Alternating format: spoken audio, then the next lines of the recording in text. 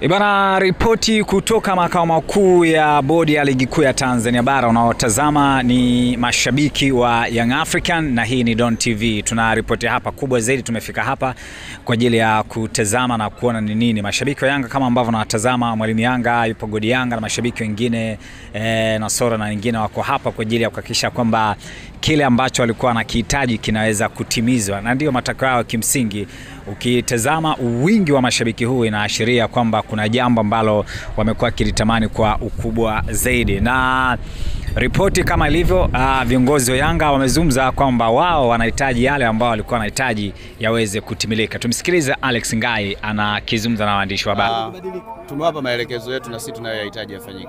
Yafanyiwe kazi mwisho wa siku.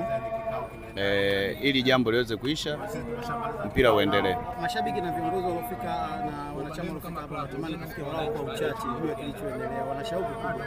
Nadhani tusubiri taarifa ya klabu itatoka, tutaambiwa. Lakini kuna mapendekezo yetu sisi ambayo tumeyatoa. Imeonekana tabasamu wakati mnatoka. Je, mambo yamekwenda vizuri? Hizo vita. Hizo vita. Tarajia dabi ipo. Wakifuata yale ambayo sisi tumeyahitaji yafanyiwe kazi basi. Kuna kikao kingine baada ya hiki. Msimamo wenu mbele ya kamati ulikuwa ni upi? Huo siku zote. Na mapendekezo yetu mengine ambayo tumewasilisha.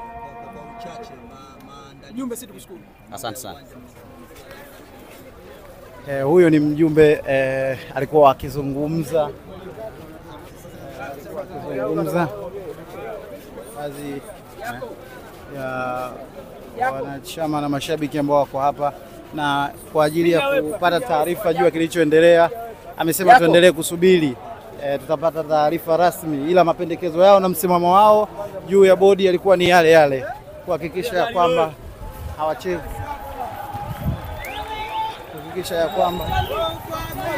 hawachezi kama unavyoona Alfat Haji, makamu wa rais wa Young Africans, akizungumza na wanachama na mashabiki kwa ujumla, wakionekana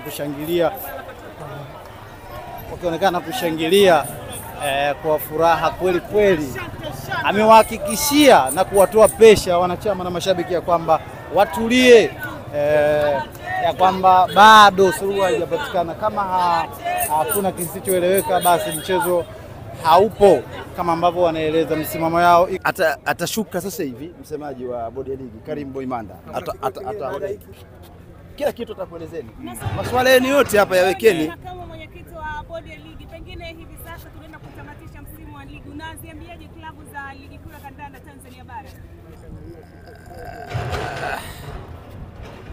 Kuziambia vipi mama? Manake klabu za ligi kuu sana na tunaelekea ukingoni mwa ligi.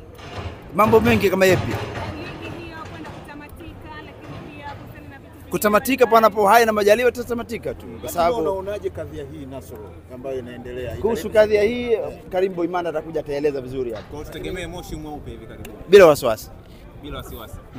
Siku nazidi kuomba tarehe 15. Sasa hivi atashuka Karim Boimanda. Atawajibu tu. Hilo swala mimi wapi kuzungumzia jambo. Si kigugumizi, tuna msemaji wetu bodi ya ligi. Ila tunajua msemaji katupa mpira kweli. Tuna msemaji wetu. Mimi nitakuwa nikifanya kazi yake alafu yeye atafanya kazi gani? Msemaji amezungumza na kusema kwamba nyie viongozi mtakuja kuzungumza. Sala zako katika hili kitu gani ambacho unaweza labda kusema?